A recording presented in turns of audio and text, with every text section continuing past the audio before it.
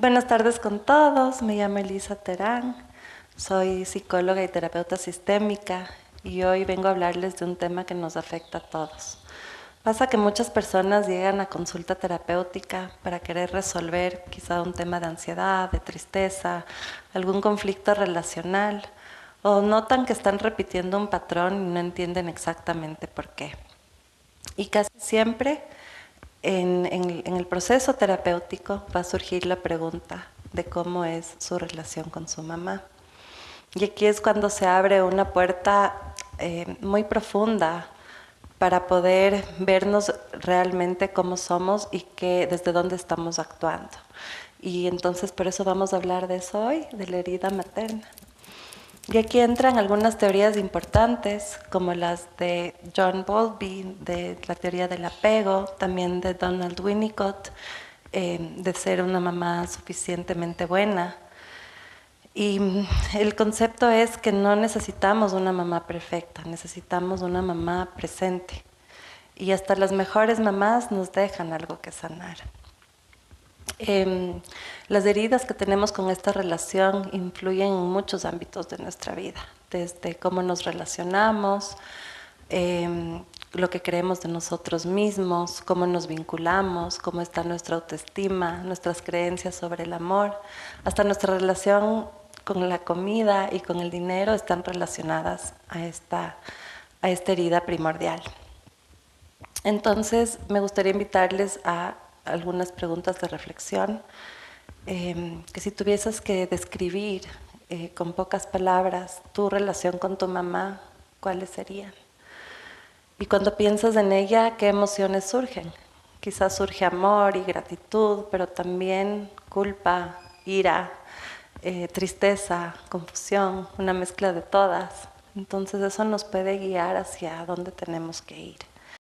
Casi todas las relaciones con mamá tienen amor, pero también heridas. Entonces, el primer paso para empezar a sanar esta herida es reconocerla. Esto es un paso simple, pero que requiere mucha valentía. Los vínculos tempranos generan patrones emocionales. A estos patrones emocionales John Bowlby les llamó estilos de apego. Entonces, me gustaría explicarles un poco sobre los estilos de apego. En primer lugar está el apego seguro, que es el ideal por el que todos queremos trabajar, tener, ¿verdad?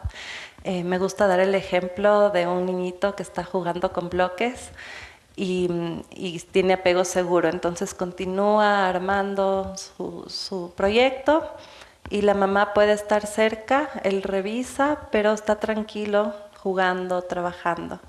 En el apego ansioso, en el mismo escenario, sería un niño que necesita la validación de mamá, que le mire, que monitoree cómo lo está haciendo y que no se aleje mucho, porque no puede regularse sin esa presencia de la madre.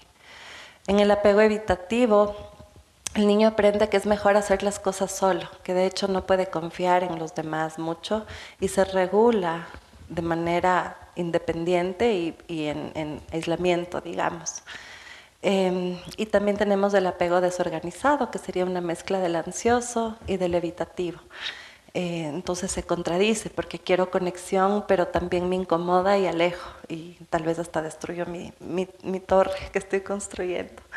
Entonces, bueno, eso explica e ilustra un poco estos estilos de apego que se forman en la infancia. Y desde ahí tenemos la información para cómo nos vamos a relacionar en la adultez.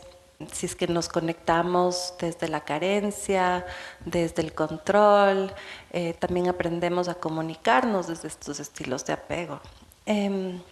Entonces es importante empatizar con esa niña que fui, mirar tal vez qué estilo de apego desarrollé, y ahorita también les voy a dar algunas formas en las que las madres a veces nos lastiman, ¿no? Y estas no son traumas con T grande necesariamente, a veces son traumas con T chiquita, que tal vez no son tan visibles, y eso hace que sean difíciles también, porque son difíciles de identificar, ¿verdad? Cuando en una familia hay una muerte, hay un accidente, hay una enfermedad, es aparente, y otros adultos pueden movilizarse y ayudar a estar presentes para ese niño. Pero estas heridas de las que les voy a hablar son más sutiles, son como pequeños cortes de papel, pero que duelen igual y que nos marcan.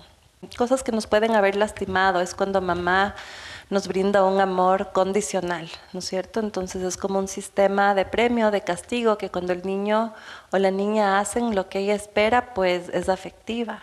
Y cuando no, como que se cierra. Entonces eso crea un sentimiento constante en los niños de no ser suficiente, de tal vez irse a un perfeccionismo extremo y de búsqueda de validación externa.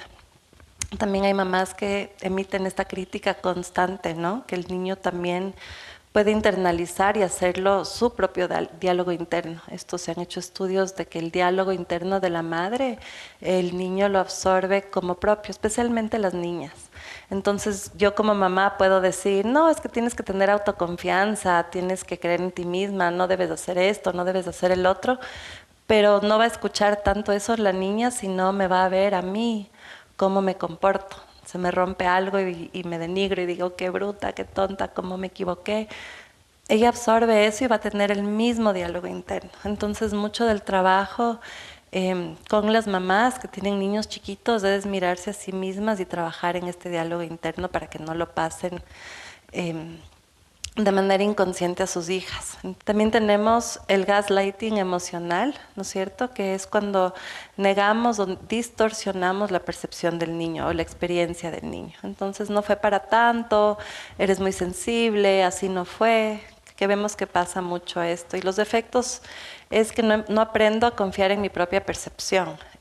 Tengo una confusión emocional, tengo dificultad para confiar en mí mismo, porque me dicen que mi percepción no es la correcta, entonces crea mucha confusión. También una que veo mucho en terapia, porque viene desde una muy buena intención, pero hace daño igual, es la sobreprotección y el control, ¿no es cierto? Madres que controlan mucho a sus niños, que les dan haciendo cosas y el mensaje que les están dando es, tú no puedes solo, yo debo hacerlo por ti. Entonces ahí el niño sufre en su autonomía, en su identidad, en su poder, de poder hacer las cosas y esto crea dependencia emocional, que luego en la adultez también la va a buscar, ¿no? Entonces también crea esta ansiedad frente al mundo de yo no voy a poder. También sucede una inversión de roles, que es cuando se desordena la familia y esta es la definición de una disfunción familiar, ¿verdad? Entonces el niño ya no es el chiquito, el que tiene que ser cuidado, sino que a veces es el confidente de la mamá o es el que tiene que cuidar a sus hermanos. También le priva de tener una infancia, porque hay muchas cosas que se pierde al tener un rol más adulto o parentalizado, ¿no? Entonces esto pasa mucho y no es sano. También las comparaciones, cuando mamá nos compara con otros hermanos, con primos, con otros niños, crea una rivalidad, celos. En realidad las relaciones entre hermanos tienen mucho que ver con cómo mamá maneja estas relaciones, ¿no? Entonces también se crea esta necesidad de competir constantemente, de compararnos. No sé si vieron la serie de Envidiosa, pero en esa serie el personaje principal se compara mucho con las amigas, con la hermana y vive mucho en carencia, en lo que ella no tiene y no logra ver lo que sí tiene. Y vemos cómo eso le trae problemas, entonces no es un buen lugar donde estar. La manipulación emocional, frases que hemos escuchado mucho, como después de todo lo que yo he hecho por ti, no vas a venir a visitarme el domingo, ¿no? Entonces, esto crea la noción de que eso es normal y de adulto puedo involucrarme en relaciones que tienen este chantaje emocional o este tinte de desde la culpa me relaciono, que tampoco va a ser sano y también crea codependencia. La frialdad emocional, que es yo creo una de las más dolorosas, o distancia afectiva. La madre está físicamente presente, pero emocionalmente ausente, ¿no? Entonces ahí desarrollamos un miedo al abandono, un hambre afectiva, una carencia, que también puede traducirse a hambre por comida, de verdad, y exagerar un poco en eso porque queremos algo que nos nutra, algo que nos dé esa nutrición emocional que no tuvimos, entonces la sustituimos por otras cosas. Y también dificultad para confiar en el amor. Otra muy dolorosa es la humillación o ridiculización, ¿no es cierto? A veces es con sentido del humor, somos una cultura que pone muchos apodos o que dice, bueno, miren, ahí viene el rey del drama que se cayó y está llorando como loco, o les cuento a los familiares y a los amigos que se sacó una mala nota o que tuvo un papelón y enseguida el niño se siente humillado, ¿no? Es una herida que cala. Y puedo crecer entonces con una vergüenza profunda, con ansiedad social, con esta sensación de ser defectuoso. La invalidación emocional, esta pasa mucho y no siempre la intención es mala, pero es ya no pasó nada, no, lo que sientes no es tan grave, no seas tan sensible, invalidamos la experiencia del niño nuevamente. Y esto hace que se disocie, que tenga una desconexión emocional con sí mismo y dificultad para identificar emociones. Me pasa mucho que vienen a consulta y les pregunto, bueno, ¿qué sientes en tu cuerpo hoy? ¿Qué prefieres? ¿Qué te gusta? Y la persona no está conectada con eso y dice, no sé. No sé, porque aprendí que tengo que ser complaciente o que apagarme o hacerme chiquito para estar en relación. Entonces, en realidad no estoy conectada con mis deseos o con mi identidad.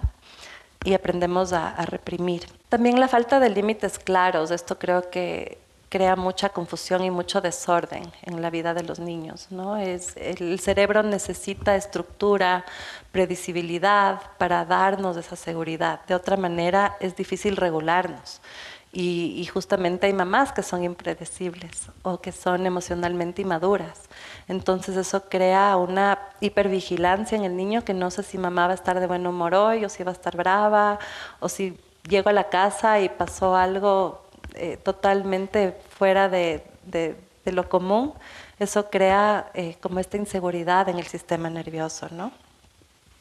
Y también hay mamás que proyectan sus propias heridas, entonces descarga sus frustraciones y traumas con su hijo o con su hija, y es una carga emocional que no le corresponde al niño, ¿no es cierto? Entonces, nuevamente, previene que tenga una niñez como debe ser, porque está involucrado en cosas que no le corresponden, tiene una identidad, una confusión de identidad, se supone que yo soy el hijo, pero también soy consejero, y se crean lealtades familiares invisibles, ¿no? Entonces,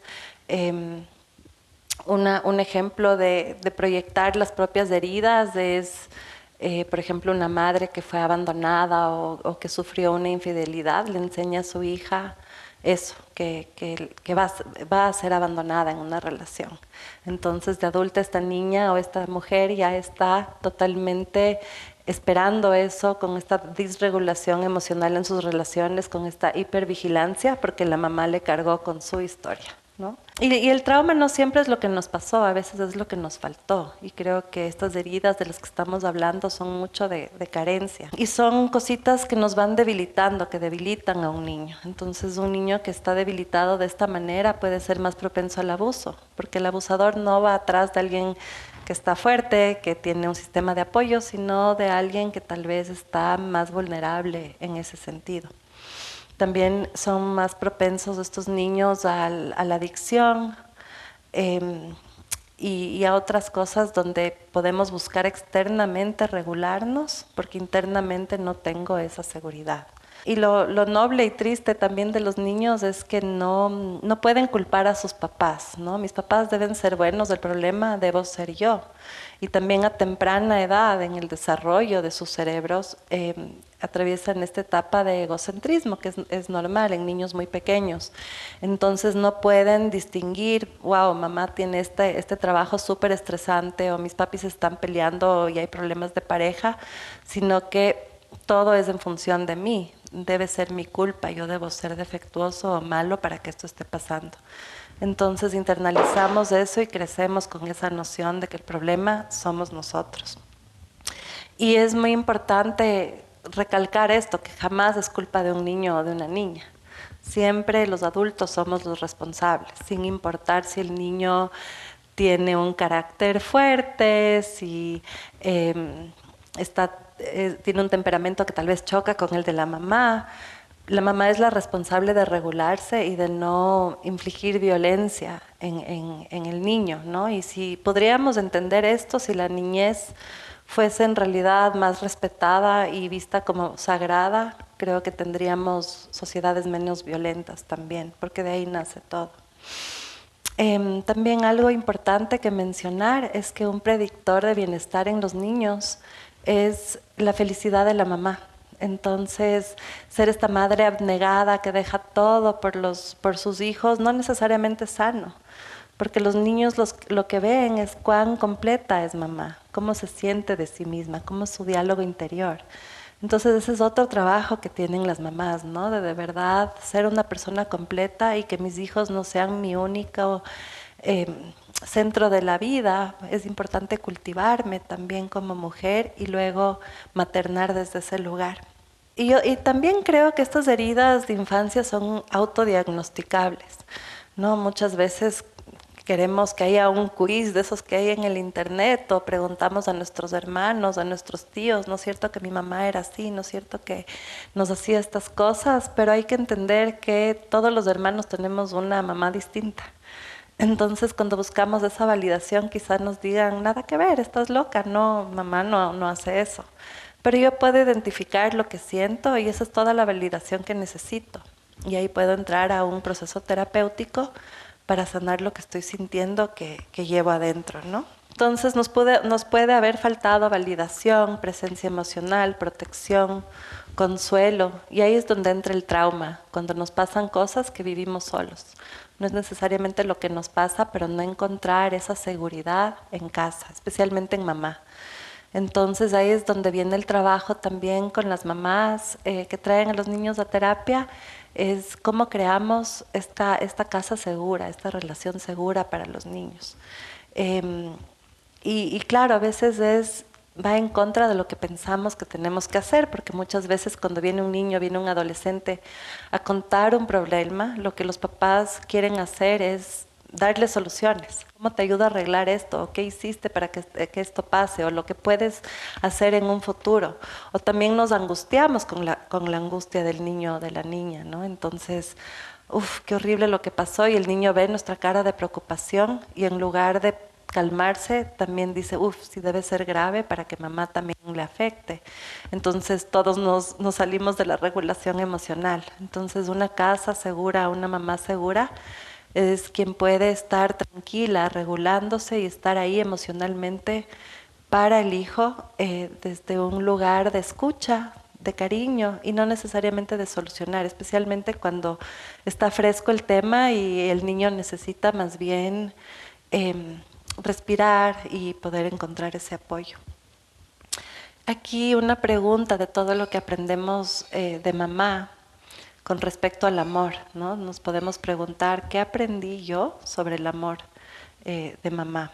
Entonces muchas veces ahí viene todas estas creencias que pueden estar ahí guardadas, que el amor duele, que para estar en una relación tengo que anularme, sacrificarme, que el amor conlleva mucho conflicto, o que debo amar desde el control porque si no el otro me va a lastimar. Entonces es importante como hacernos estas preguntas y analizar qué es lo que llevamos ahí dentro como programación.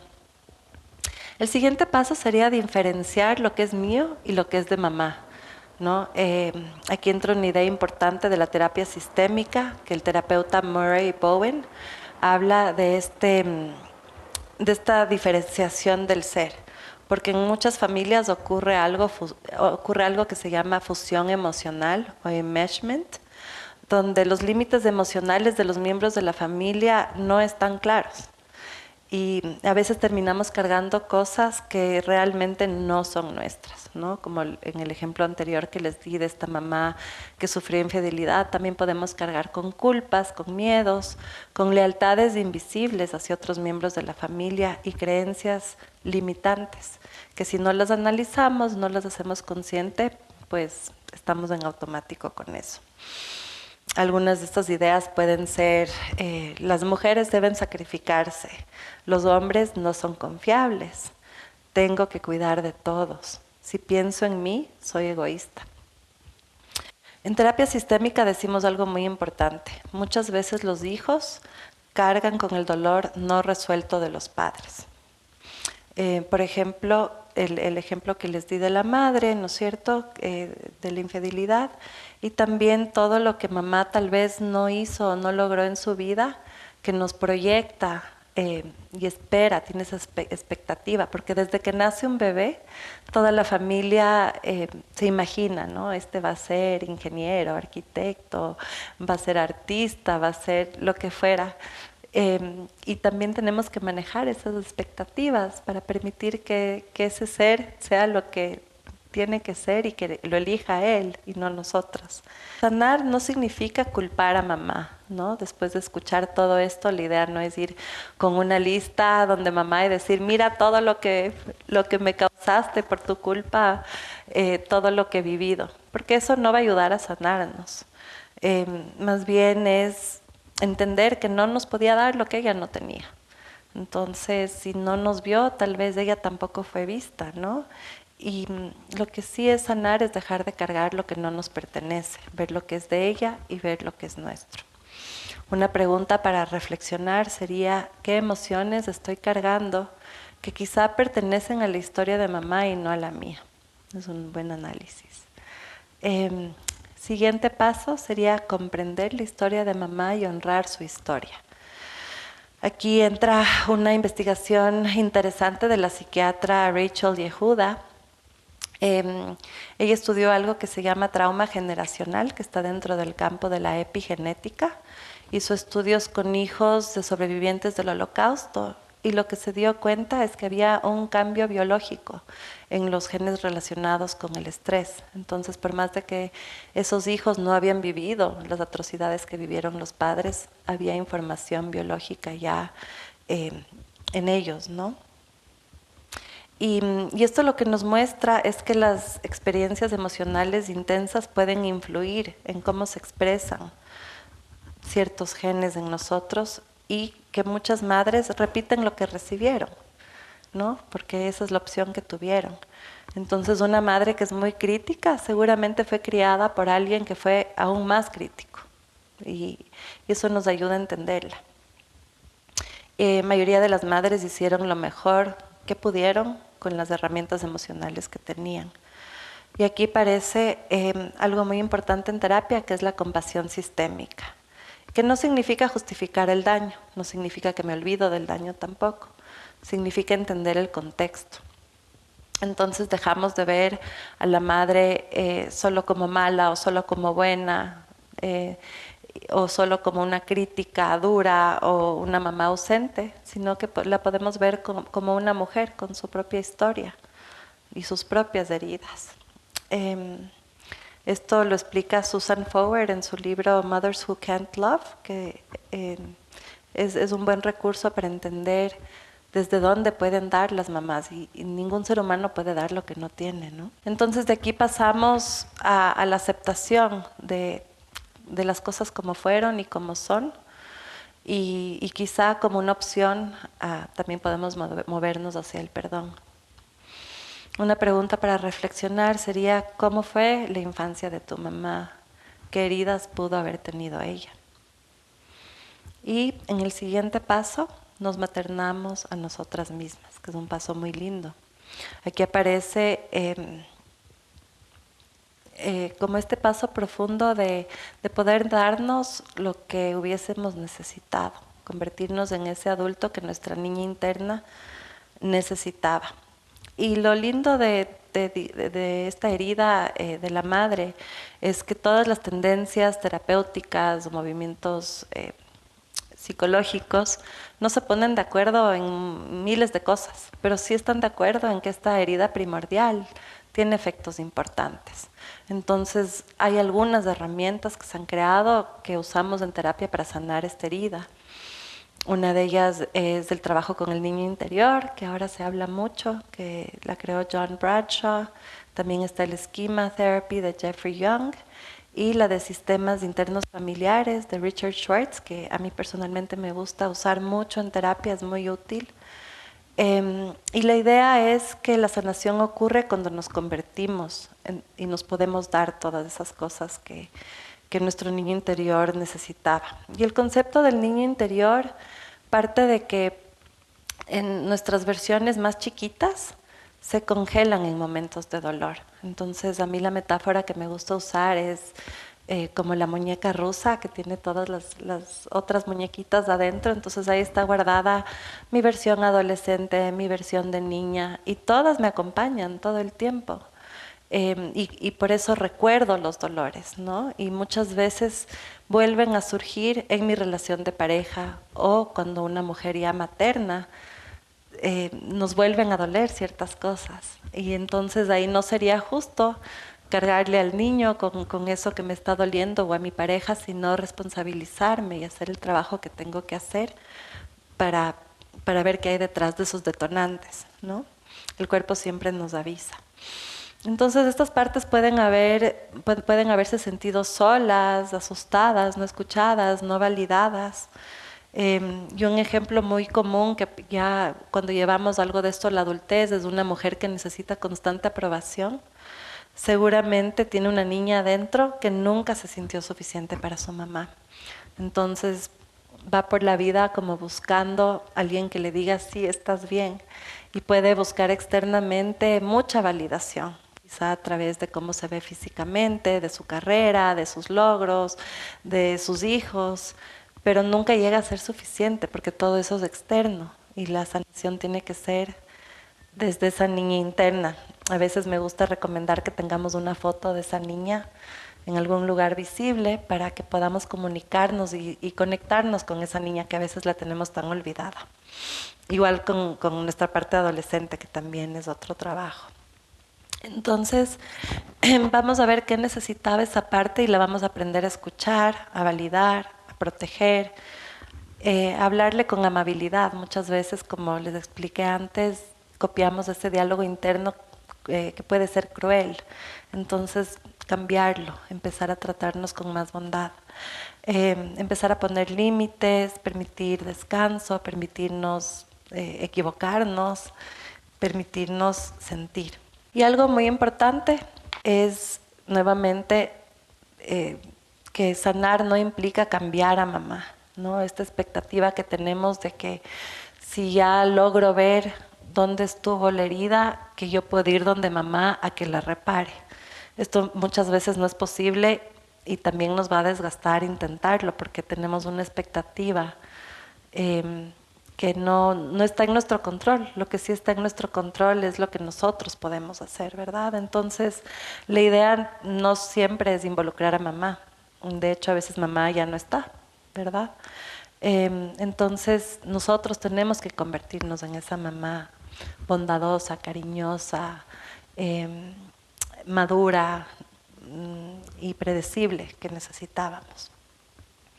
Y también aplica cuando mamá, o cuando no hubo mamá, o cuando mamá falleció, porque igual hay una herida que sanar, ¿no es cierto? Tenemos que reconstruir ese sostén interno que tal vez faltó para poder sostenernos a nosotras mismas. Y también tenemos que hacer un luto de esa relación que a mí me hubiese gustado tener, que no tuve, esa familia que no tuve, esos momentos que quizás no se dieron. Y bueno, sentir toda la tristeza que viene con eso y luego poder ir al siguiente paso de aceptar y de maternalizarnos. Y por último queremos romper con ciclos y vivir con conciencia, ¿no? Esto es muy importante, salir de los temas automáticos, estos patrones que vienen desde nuestra familia. Nos puede ayudar para esto el mindfulness, ejercicios de conciencia, de sistema nervioso, porque necesitamos salir de ese tema en el que no nos cuestionamos y pensamos que no hay muchas opciones. Me gusta mucho la frase que lo que resistes persiste. Lo hacemos consciente para poder transmutarlo o transformarlo. Entonces, algunos patrones que muchas personas repiten sin darse cuenta y que vemos de manera transgeneracional es elegir parejas abusivas o emocionalmente no disponibles, dificultad para poner límites, autoexigencia extrema, miedo al abandono o el control. Pero cuando estos patrones se vuelven conscientes, algo cambia.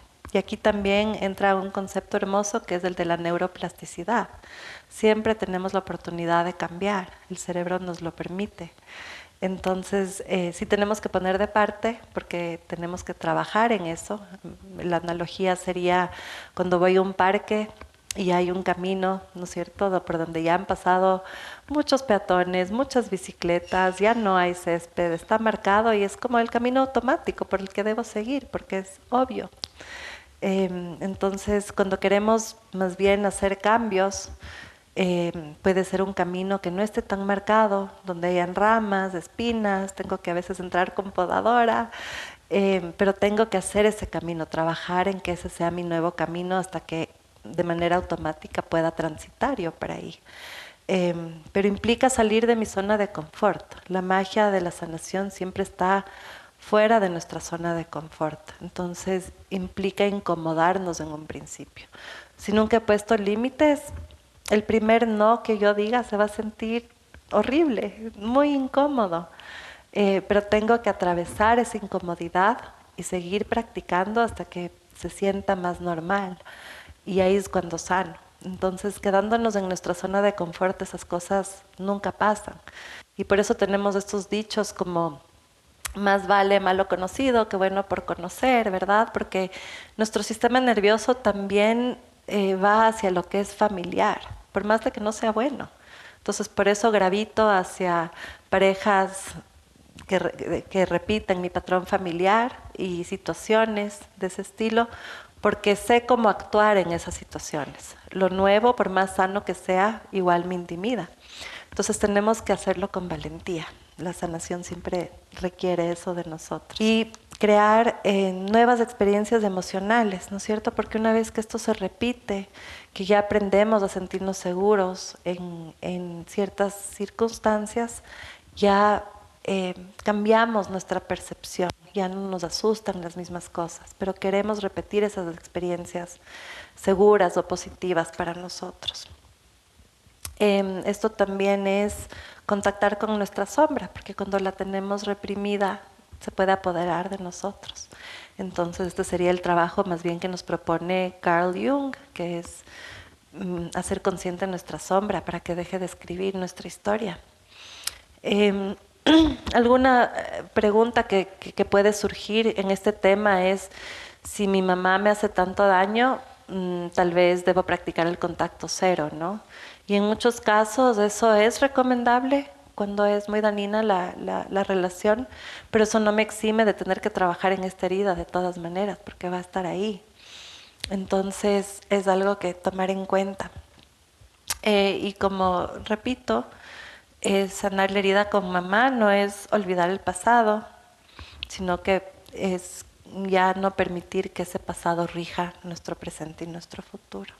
Entonces, para recapitular, sanar la herida con mamá tiene los 5 pasos que mencioné, que es mirar la herida, diferenciar lo mío de lo de ella, comprender su historia, maternarme a mí misma y vivir con conciencia para romper esos ciclos. Porque a la final hay algo importante que recordar. No elegimos la madre que nos tocó, pero sí elegimos qué hacemos con esa historia.